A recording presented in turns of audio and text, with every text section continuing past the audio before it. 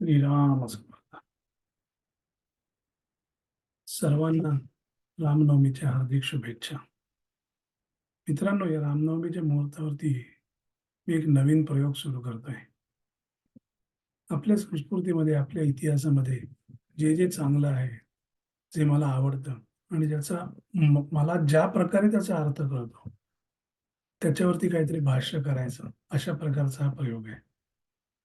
तर रामनवमीच्या निमित्ताने आज मी थोडंसं मनोबोध किंवा सर्वसाधारणपणे आपण ज्याला मनाचे श्लोक म्हणतो, त्याबद्दल थोडं बोलणार आहे. आणि आजचा विषय आहे मनोबोधातील वर्तणूकशास्त्र किंवा अगदी शुद्ध मराठीत सांगायचं झालं तर बिहेवियरल सायन्स. रामदास स्वामींचे मनोबोध आणि दासबोध हे असे दोन ग्रंथ आहेत, की जे वाचताना प्रत्येक वेळेला त्याचा वेगळ्या प्रकारे अर्थ प्रतीत होतो. मनोबोध कधी भक्तिमार्गी वाटतो, कधी मानवी मूल्यांचे महत्त्व सांगणारा वाटतो, कधी ज्ञानमार्गी वाटतो, तर कधी वर्तवणुकीचे धडे देणारा वाटतो. गेले काही दिवस हा मला वर्तणूकशास्त्र किंवा बिहेवियरल सायन्स या विषयाचे मार्गदर्शन करणारा वाटतो. तर यातील काही श्लोक हे यशाचा मार्ग खुला करून देणारे म्हणतात. जनी निंदते सर्व सोडून द्यावे, जनी वंदते सर्व भावे करावे, किंवा सदाचार हा थोर सांडू नये, तो जनी तोची तो मानवी धन्य होतो. जे लोकांना आवडत नाही असे वर्तन करून शक्यतो आपण लोकांना दुखवू नये. सर्वसाधारणपणे लोकांना आवडेल असेच वर्तन ठेवावे. म्हणजे थोडक्यात वर्तन चांगले ठेवावे. अशीच व्यक्ती लोकांमध्ये प्रिय होते. सदाचार करणार सदाचार करणारी व्यक्ती सर्वसाधारणपणे सर्वांनाच आवडते. सदाचरणी व्यक्तीला रात्रीची झोप चांगली लागणार याची निश्चिती. अर्थात प्रत्येक प्रसंगी चांगलं वागणं हे शक्य होईलच असं नाही. कारण आपण चांगले वागून देखील प्रत्येकजण प्रत्येक वेळेस आपल्याशी चांगला वागेलच असं नाही. अशा वेळी आपल्या वर्तणुकीचा पुनर्विचार करणे गरजेचे आहे. कारण आपण सर्वांनाच खुश करू शकत नाही. म्हणूनच "जनी वंद्यते सर्व भावे करावे" असं म्हणणारे रामदास स्वामी "धटासी आणावा धट, उद्धटासी पाहिजे उद्धट, खटनटासी खटनट अगत्य करावा" हेही म्हणतात. थोडक्यात काय, सत्सद विवेक बुद्धी जागृत ठेवूनच वर्णन करावे. मना बोलणे नीच शोषित जावे, किंवा मना वीट मानू नको बोलण्याचा. शोषित जावे याचा अर्थ सहन करत राहणं एवढाच होत नाही. तर प्रभाव क्षेत्राबद्दल भाष्य करणारं हे वाक्य आहे. प्रभाव क्षेत्र म्हणजे ज्याला आपण सर्कल ऑफ इन्फ्लुअन्स म्हणतो. कसं आहे ना, प्रत्येक वेळेला संत अगदी स्पष्ट शब्दात सांगतीलच असं नाही. त्यामुळे काही काही गोष्टींचा किंवा काही काही श्लोकांचा आपल्याला अर्थ समजून घ्यावा लागतो. समोरचा माणूस वेडावाकडा बोलला म्हणून आपण चिडायची आवश्यकता नाही. त्याच्या बोलण्याने आपल्याला जर काही त्रास होणार नसेल किंवा आपल्यावरती दुष्परिणाम होणार नसेल, तर दुर्लक्ष करावं.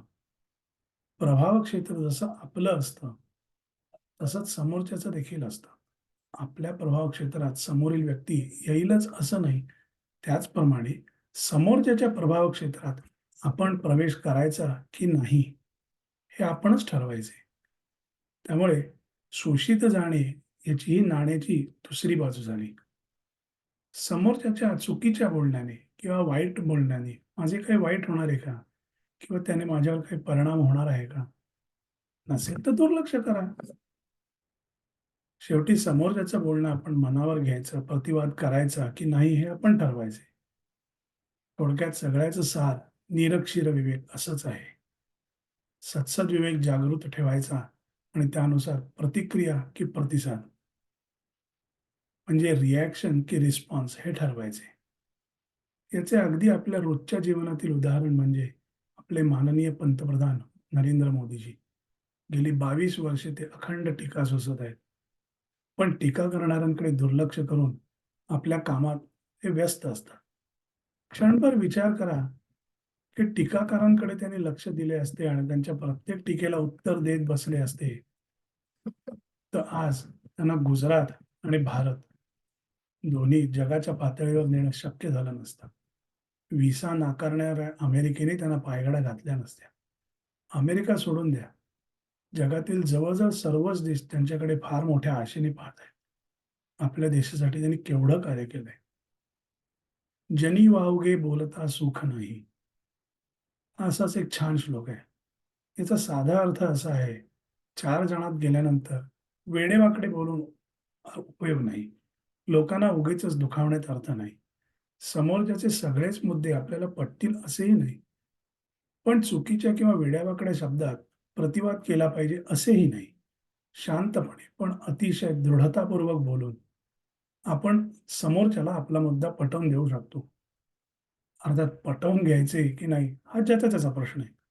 पण आपण आपला मुद्दा आरडाओरडा न करता सांगू शकतो. सदा बोलण्यासारखे चालत आहे, क्रियेविण वाचाळता व्यर्थ आहे. लीड बाय एक्झाम्पल याचा हा एक पैलू आहे. अन्यथा बोलायचे एक आणि करायचे एक. आजच्या लीडर्सच्या वागण्याचा स्टँडर्ड पॅटर्न झालेला आहे, जवळ-जवळ प्रत्येक क्षेत्रात.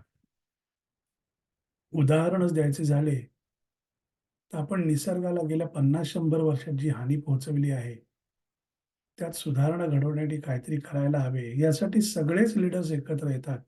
पण प्रत्यक्षात काम अतिशय संथ वेगाने चालू असतं. त्यामुळे जमिनी हकीकत कुछ और ही है भाई. मना अल्पसंकल्प तोही नसावा. इंग्रजीत एक म्हण आहे, "not failure but low aim is crime." James Russell यांचं हे वाक्य आहे. मला वाटतं रामदास स्वामींच्या या श्लोकाचे ते इंग्रजी भाषांतर आहे, असे म्हणायला हरकत नाही. "बरे शोधल्या वीण बोलो नको" हा एक असाच अंजन घालणारा श्लोक आहे. किमान ज्ञान असल्याशिवाय, किमान माहिती असल्याशिवाय बोलू नये. पण अर्ध्या अळकुंड्याने पिवळे होणारे लोक कमी नाहीत. आपल्याला सर्वच क्षेत्रातले सर्वच समजते, असे मानणारे लोक कमी नाहीत. म्हणूनच रामदास स्वामी म्हणतात, "अभ्यासोनी प्रकटावे." शोधल्या वीण बोलणारे लोक याचं उत्कृष्ट उदाहरण म्हणजे वाचन किंवा अभ्यास न करता शिव्या घालायला स्वातंत्र्यवीर सावरकर बरे. तर मित्रांनो, मी म्हणालो तसं प्रत्येक ग्रंथ, प्रत्येक वाचनात आणि श्रवणात काही नवीन अनुभूती देऊन जातो. आणि हे मी आज जे काही बोलतोय, हे अवघ्या 8 ते 10 श्लोकांची चा मला कळलेला अर्थ आहे. यावर देखील अजून पुरेसं वाचन, पुरेसा विचार बाकी आहे. पुन्हा जेव्हा हे श्लोक वाचीन किंवा हे ग्रंथ वाचीन, कदाचित काही नवी प्रचिती येईल. पण मला वाटतं आजला इतकंच पुरे. आणि हो मित्रांनो, एक छोटीशी तळटीप किंवा फूटनोट किंवा डिस्क्लेमर. मी हे जे काही बोलतो आहे, लिहितो आहे, याचा अर्थ मला हे सगळं समजलंय असा अजिबात काढू नये किंवा त्यानुसार मी वर्तणूक ठेवू शकतो, असाही कोणी गैरसमज करून घेऊ नये. हा माझा अभ्यासपूर्वक विचार आहे असाही अर्थ नाही. अभ्यास बाकी आहे. अभ्यासाला ही सुरुवात झाली असं फार-फार तर मी म्हणू शकेन. किंबहुना रामदास स्वामींच्या मूर्ख लक्षणात अनेक जण मोडतात, एकदम फिट बसतात. त्यातलाच मी एक. त्यामुळे कोणाला काही शिकवावे हा उद्देश नाही आणि माझी तेवढी पात्रता देखील नाही. मला समजलेला अर्थ एवढाच याचा अर्थ आहे आणि रामच हा अर्थ माझ्या डोक्यात घालतो. शेवटी तुकाराम महाराज म्हणालेच आहेत, "संतांची उच्छिष्टे बोलितो उत्तरे, कायमा प्यामरे जाणावे." श्रीराम समर्थ.